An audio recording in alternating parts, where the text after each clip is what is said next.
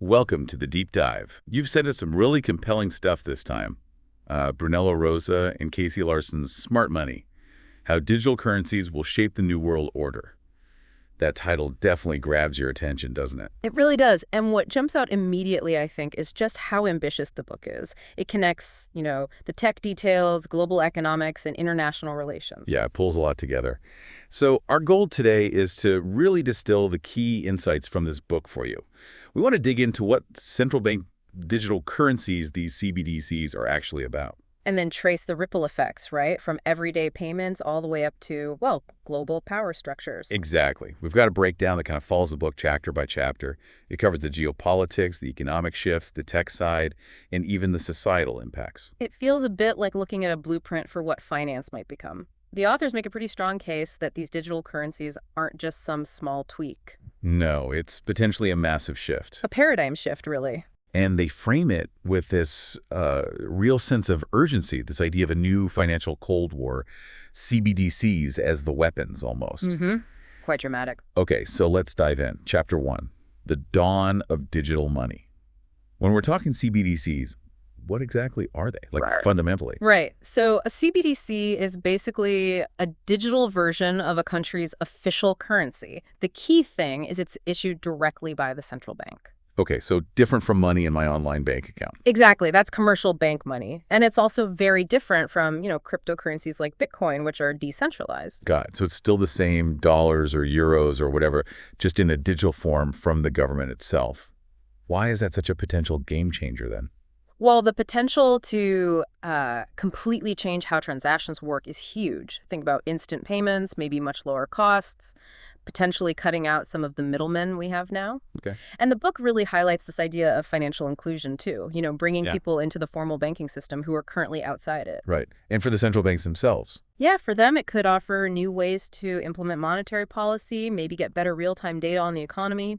Lots of potential angles. It's interesting how the book sets this up by talking about Bretton Woods, the history, the dollar's dominance. Yeah, that historical context is crucial. The U.S. dollar's role as the global reserve currency since, 1944? That's the established system that CBDCs could potentially disrupt. And the fact that over 100 countries are looking into this? It really signals that, many believe the global financial system is changing. It's not just a niche idea anymore. And they provide a big example right away. China's digital yuan. Exactly, the ECNY. The pilot in Shenzhen gives us a real look at a CBDC operating at scale.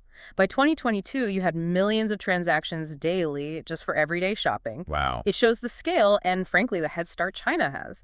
The book kind of contrasts this with places like India, where even with lots of mobile phones, the shift from cash to purely digital has been, maybe a bit slower. Okay, so Chapter 2 really ups the ante, the geopolitical stakes. This is where that financial Cold War idea gets fleshed out. How do CBDCs become, strategic tools here? Well, the core argument is that CBDCs, especially from a major player like China, can become tools of geopolitical power. They offer a way towards what the book calls de-dollarization. De-dollarization, meaning less reliance on the U.S. dollar globally. Precisely. Reducing the world's dependence on it. How would that work in practice? By providing alternatives to the existing financial plumbing, like the SWIFT network, the system banks use for international messages. Right. If countries can trade directly using CBDCs, maybe using a different platform, it could make them less exposed to, say, Western sanctions or just the general influence of the dollar-based system. And the book points to Russia and the digital yuan as a key example of this, right? Yes, very much so. They highlight that agreement between China and Russia post-Ukraine invasion in 2022. It allowed trade outside the dollar system using the digital yuan, and the specific reports of Russia using the ECNY for oil trades. That's a really concrete example of trying to bypass SWIFT and blunt the force of sanctions. Which, as the book notes, is quite different from Iran's experience. Totally different. Iran, facing sanctions tied to the dollar for years, often had to resort to things like barter. Much less efficient. CBDCs could offer a smoother way around those kinds of pressures. So it raises this big question. Is the West falling behind? Could their slower pace on CBDCs put them at a strategic disadvantage down the line? That's definitely the question the book puts on the table. It feeds right into Chapter 3, the dollar's decline. So the authors genuinely think the dollar's global position is vulnerable. They certainly analyzed the growing vulnerabilities, yeah. The petrodollar system, oil mostly traded in dollars, and just overall U.S. financial dominance, they portray it as potentially weakening. And the BRICS nations are key here. Brazil, Russia, India, China, South Africa. Absolutely. They're actively looking for alternatives, exploring new financial mechanisms, and CBDCs are seen as a potentially powerful tool for that. How specifically? Well, think about the efficiency of cross-border payments. If BRICS countries, or BRICS plus PED, could settle trade directly using their own digital currencies, It cuts out steps. right, it bypasses correspondent banks, potentially reduces costs, speeds things up, and if you do that enough, maybe those countries don't need to hold as many US dollar reserves. So not necessarily killing the dollar overnight, but chipping away at its dominance. Exactly. Complete de-dollarization might be a stretch. The dollar is deeply embedded. But these shifts could definitely erode its central role over time. And the Saudi Arabia angle is fascinating, given the petrodollar history. Yeah, the book likely mentions Saudi Arabia becoming more open to accepting payments for oil in currencies other than the dollar. That would be a really significant symbolic and practical shift. And we are seeing actual trials, like India and the UAE. Precisely. Those 2023 trials using the digital rupee for trade with the UAE, that's a real-world example of facilitating non-dollar trade using CBDCs. A big change from the traditional OPEC dynamics and that old Saudi petrodollar deal from the 70s. It really suggests things are moving towards a more multi-currency world, potentially accelerated by this tech. Okay, Chapter 4 hits on a really sensitive topic, especially in the West. China's digital yuan and surveillance. There's this obvious tension, right? Efficiency versus control. That's a very good way to put it. The book looks at the ECNY as having this dual nature. On one side, yes, it could boost economic efficiency, lower transaction costs, maybe help with financial inclusion inside China. But the flip side. The flip side is the concern, especially voiced in the West, about potentially massive state surveillance capabilities. What's the tech that enables that tracking? Well, the ECNY uses a ledger system. It has some similarities to blockchain, but crucially, it's centrally controlled by the People's Bank of China. Not decentralized like Bitcoin. Not at all. And that central control allows for tracking transactions in a way cash just doesn't permit. And these ECNY pilots have been rolling out pretty fast in China. Yes. The book probably details how they expanded to major cities like Beijing, Shanghai, showing a real push for wider use. The example from the 2021 Winter Olympics seems pretty telling about privacy. It really does. The fact that the ECNY app apparently tracked consumer spending during the Olympics, that definitely fueled those surveillance concerns abroad. And the book rightly contrasts that with, say, Sweden's approach with their e-krona trials. They seem much more focused on building in user anonymity features, trying to align with democratic norms around privacy. A fundamental difference in design philosophy. Absolutely, which leads neatly into Chapter 5, the West's response. And the book seems, well, pretty critical of how quickly the US and EU are moving. Yeah, it sounds like the authors are urging them to hurry up. That seems to be the core argument based on the summary, that there's an urgent need to develop a digital dollar, a digital euro, partly just to compete effectively with China's head start. And to maintain influence in the global financial system. Right. And it's not just having one, it's how it's designed. What do you mean? The book likely stresses that liberal democracies need to bake in strong privacy protections, transparency, things that align with their values. To offer a clear alternative model. Exactly. Gain public trust, but also offer a different vision than the more state-controlled models. Are the US and the EU taking the same approach, though? Apparently not quite. The book probably highlights the Fed and the US maybe being a bit more cautious, doing more research, while the European Central Bank seems to have more concrete plans moving forward for a digital euro. What about this mBridge project? How does that fit in? mBridge. That's a cross-border CBDC platform. China's involved, along with other countries.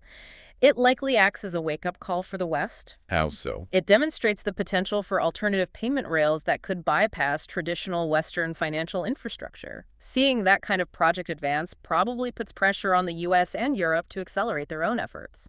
And the book contrasts different projects to show the varying pace, right? Like the Bahamas Sand Dollar versus US efforts. Yes, exactly. The Sand Dollar in the Bahamas is live, a retail CBDC aimed at financial inclusion across its islands. But its global impact is limited. Okay. Contrast that with the US's Project Hamilton.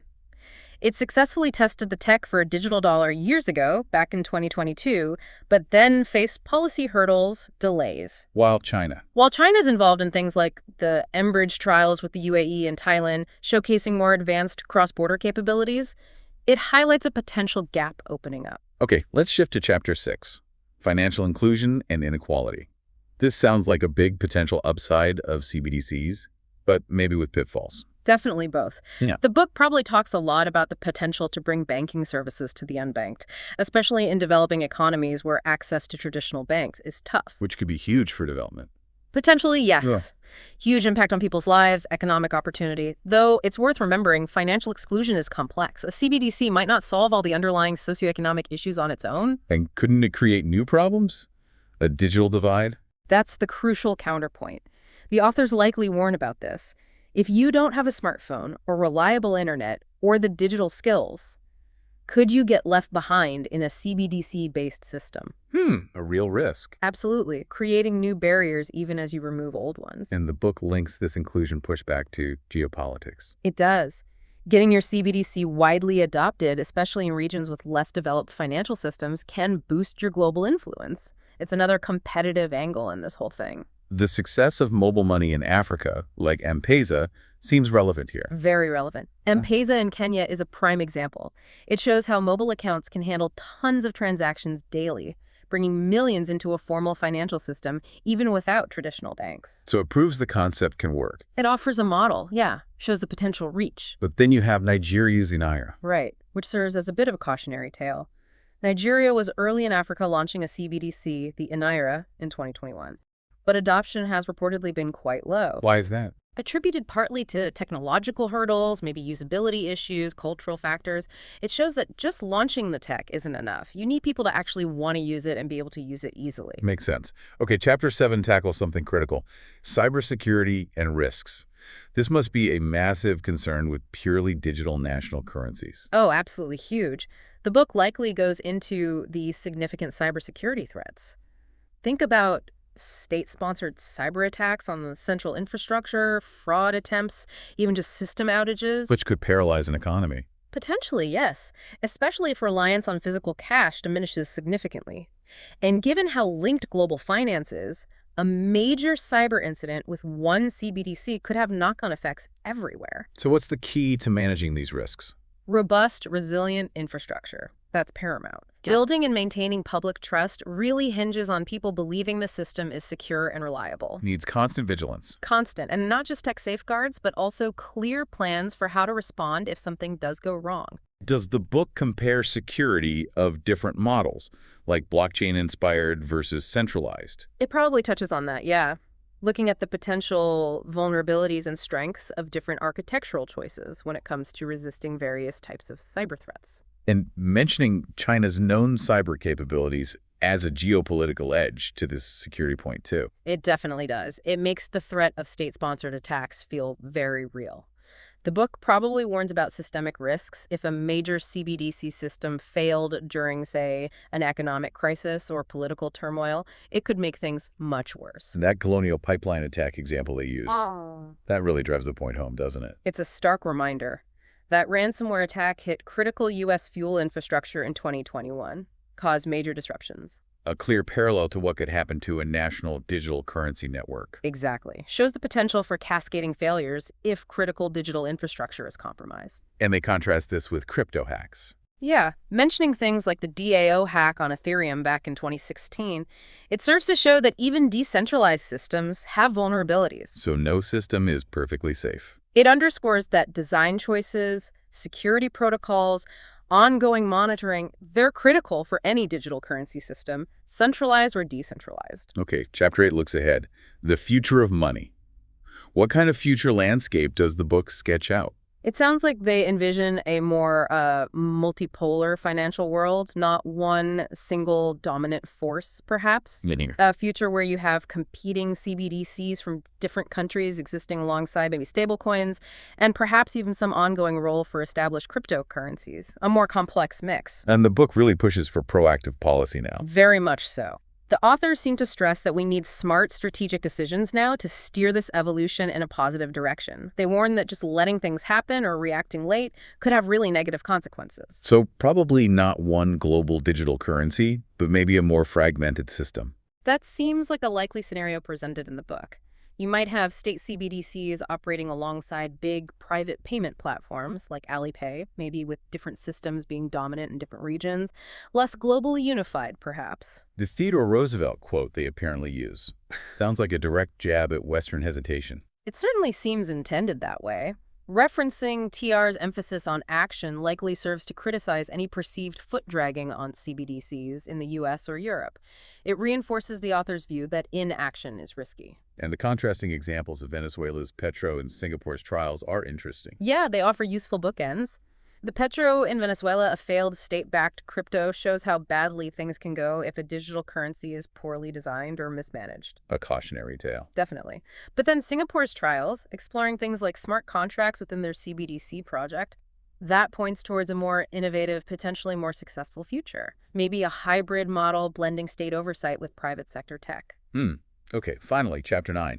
Strategic imperatives. What's the big takeaway message here? The wrap-up argument seems to be a strong plea for the West. Prioritize developing CBDCs, yes, but do it in a way that embeds democratic values. Meaning specifically? Privacy, freedom, inclusion. Build those principles into the design from the start.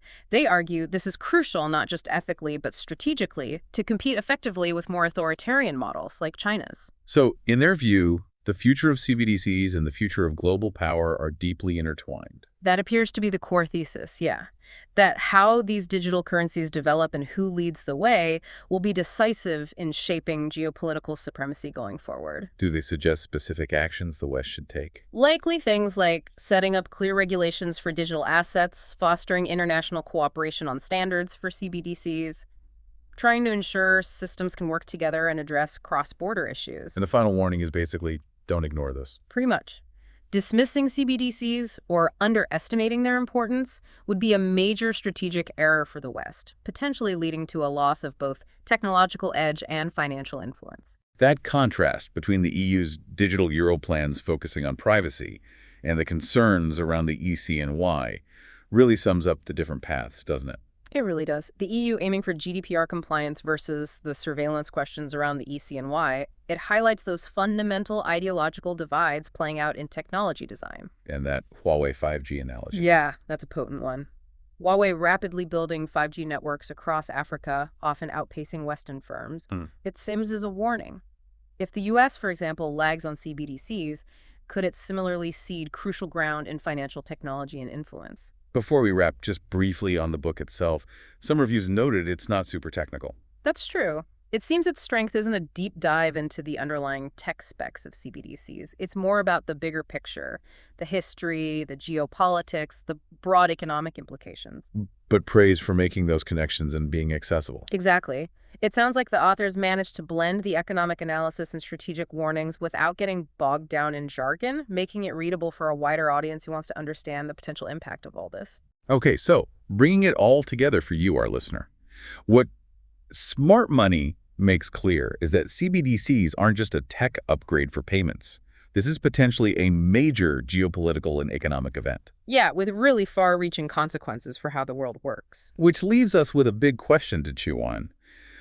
When you balance all these things, that tech advances, national security, individual privacy, financial inclusion, what kind of future for digital money actually seems, well, desirable? And maybe more importantly, achievable? And perhaps, what role do individuals have in shaping that outcome? It's worth thinking about. Definitely. We'd encourage you to dig deeper into these topics. Maybe look into some of the examples we touched on or see what's happening with CBDC discussions in your own country or region. Because this landscape is evolving incredibly fast. It really is. This deep dive is just scratching the surface. Thanks for joining us.